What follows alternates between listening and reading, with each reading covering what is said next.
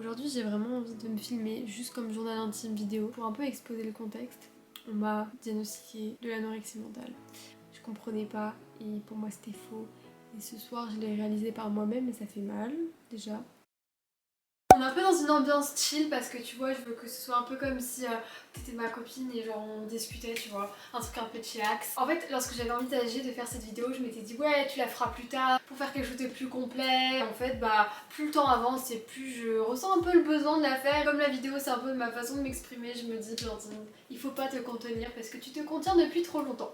Donc voilà. Bref, en fait depuis décembre j'ai accumulé des fractions de vidéos où je parle de ces sujets. Du coup bah c'est cool parce que ça va pouvoir un peu documentariser cette vidéo. Le fait est que depuis octobre, on m'a diagnostiqué de l'anorexie mentale. Mais en réalité, j'ai des troubles du comportement alimentaire depuis un petit bout de temps maintenant. Plus d'un an et demi, je sais pas compter. J'ai pas envie de faire des maths là, ça fait 2 semaines, je fais des stages pour préparer mes concours, ça va quoi. Là. Le logarithme n'est pas rien, c'est bon quoi. Effectivement, je suis passée par une phase d'abord en fait boulimie qui est hyperphagique. Voilà, et ça s'est renversé en anorexie. C'est vrai que bah tu sais dit comme ça on dirait juste que j'annonce que bah ouais je suis malade.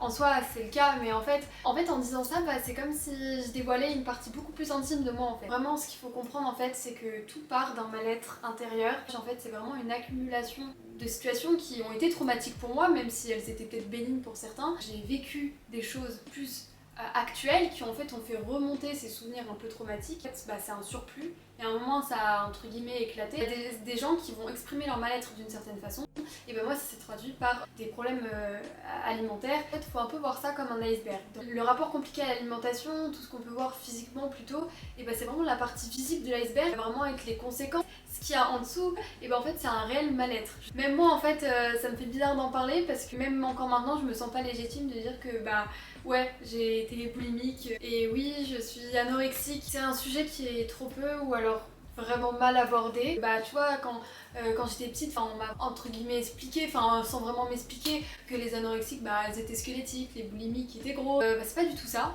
Parce que tout se joue dans le mental en fait. Ceux qui savent pas trop ce que c'est l'anorexie et la boulimie, ce sont des maladies mentales. On parle plus vraiment d'anorexie quand c'est de restriction ou alors quand la sensation de faim ne se fait plus ressentir. Tu peux faire de l'anorexie, par exemple si t'as un cancer, imaginons, et que tu perds l'appétit et que tu t'alimentes plus, bah c'est de l'anorexie. Moi je suis plus dans de l'anorexie mentale et la boulimie, bah du coup c'est avoir des crises où tu peux plus te contrôler et tu as besoin de manger, de te remplir en fait. Je sais que l'année dernière c'était quand j'étais triste, quand j'étais en colère, quand j'étais stressée. Je vais juste faire un petit disclaimer. Bah, du coup dans les troubles du comportement alimentaire il y a des symptômes, il y a des aspects communs à ces maladies, mais comme ça reste une maladie mentale, bah, bien évidemment chacun va le vivre différemment. En fait ce que je vais dire s'applique à moi. Quand je vous ai dit au début de la vidéo que j'avais envisagé de faire cette vidéo après et tout, c'est parce qu'en fait je m'étais dit ouais tu la finiras quand tu seras guérie et tout, c'est bon dans 2-3 mois c'est plié. Que nenni, voilà, c'est que je sous-estimais le temps que ça allait prendre.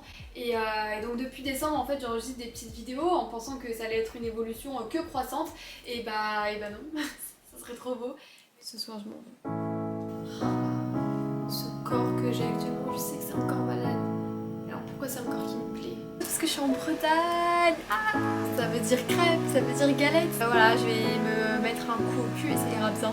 On est le lendemain et aujourd'hui c'était horrible. Ça me fait peur, j'ai l'impression d'avoir un double menton énorme. J'ai réussi à manger ma galette aujourd'hui. J'ai déménagé à Lyon alors que je vivais à Clermont, que je me suis construite à Clermont parce que ça a été mes années de collège et lycée, donc forcément j'avais tous mes groupes d'amis, tous mes repères. Ma base en fait a été complètement bousculée. Je suis arrivée dans une atmosphère qui était pas du tout la même. J'étais depuis la 6ème, donc je connaissais pas tout le monde, mais voilà quoi, je connaissais quand même du monde. Et j'arrive dans un lycée qui est beaucoup plus grand. En plus il y avait le Covid, donc en demi-jauge, t'as pas... Bref, j'ai eu beaucoup de mal à m'intégrer à Lyon. Je pense que ça a été l'élément de trop qui m'a fait sentir seule. Mais seule, de chez seule. En fait, j'allais pas bien. J'avais pas envie d'en parler autour de moi parce que je voulais m'en sentir seule. Sauf qu'en fait, ça m'a rendue encore plus seule. Quand j'ai commencé à être plus seule, ça a été très dur. En fait, je me disais que je pouvais être qui je voulais, que c'était un nouveau départ et tout. Et en fait, je voulais tellement plaire et tellement vouloir me faire des potes. C'était l'effet inverse. Donc comme je l'ai dit l'année dernière, c'était vraiment de la boulimie, hyperphagie. Et en fait, au début, je me rendais pas compte. Je voulais juste me reprendre en main, etc. Donc je me restreignais. Mais en fait, quand ça allait pas, je me réconfortais dans la nourriture. Vous savez, manger quand tu manges quelque chose de bon, ça te réconforte. Ou tu sais, t'as passé une mauvaise journée, t'as envie de prendre un petit bout de chocolat. Mais en fait, c'était ça, mais à l'extrême. Déjà que j'étais pas très bien dans mon corps.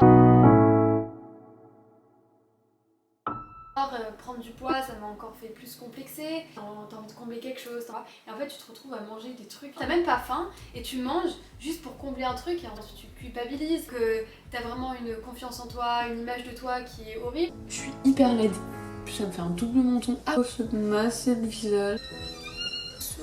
Personne n'était au courant. Forcément quand je faisais des crises, je me cachais. C'est pas quelque chose forcément dont j'avais envie de me vanter parce que t'es là, ouais c'est ma faute, c'est moi qui arrive pas à me contrôler, je mange trop, etc. Enfin c'est pas une honte parce que c'est pas toi qui contrôle, tu vois. Mais c'est vrai que c'est quelque chose t'as pas vraiment envie de le montrer, ce qui est normal parce que tu te dis que c'est toi le problème.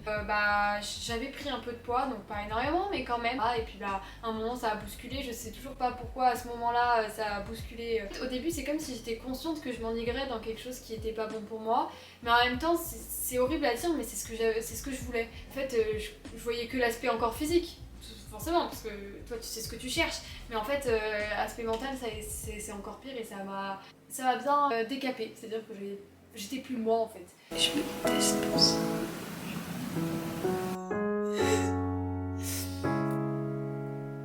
Encore, faut juste que je me reprenne.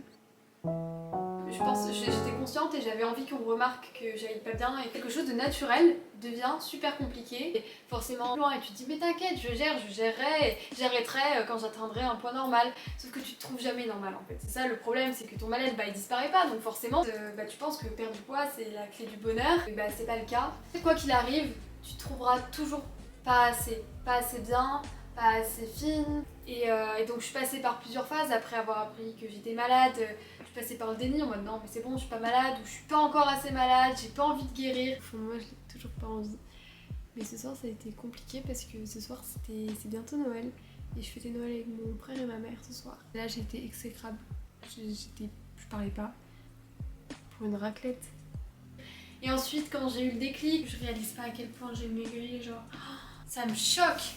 Genre ça c'était moi en septembre. Waouh. J'ai recommencé à faire une crise parce que je m'étais restreint et j'essayais de guérir mais en même temps j'arrivais pas. Et là c'était horrible. Du coup on est le 1er janvier. Bonne année. C'est horrible. Je suis tellement dépassée par tout ce qui se passe dans ma tête. Et ça m'énerve. J'ai plus de vie. Bref.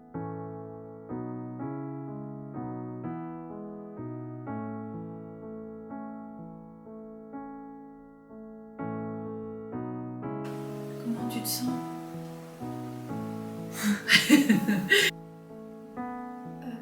pas y arriver seule. Ta vie se résume à la nourriture.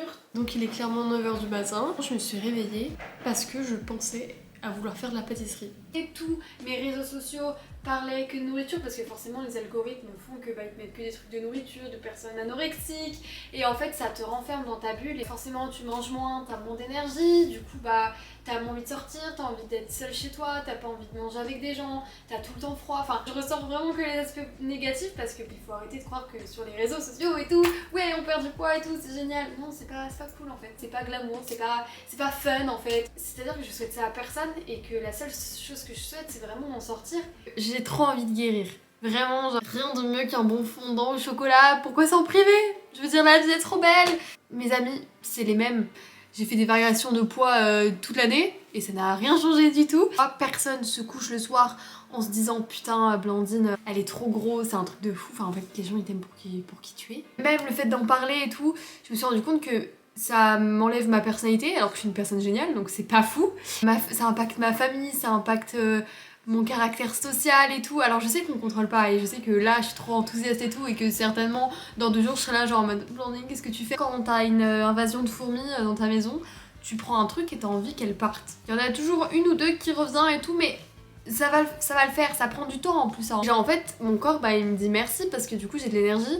Genre aujourd'hui j'étais heureuse. Voilà, j'ai envie de retrouver mon cul parce que c'était mon atout favori de mon corps et je l'ai perdu. Donc madame, on fait quand même beaucoup de progrès. Hein. Il suffit juste d'un truc qui pourrait être anodin pour quelqu'un qui déclenche en toi quelque chose. Par une chanson, par un entretien, par des paroles. C'est fou. La vie est belle.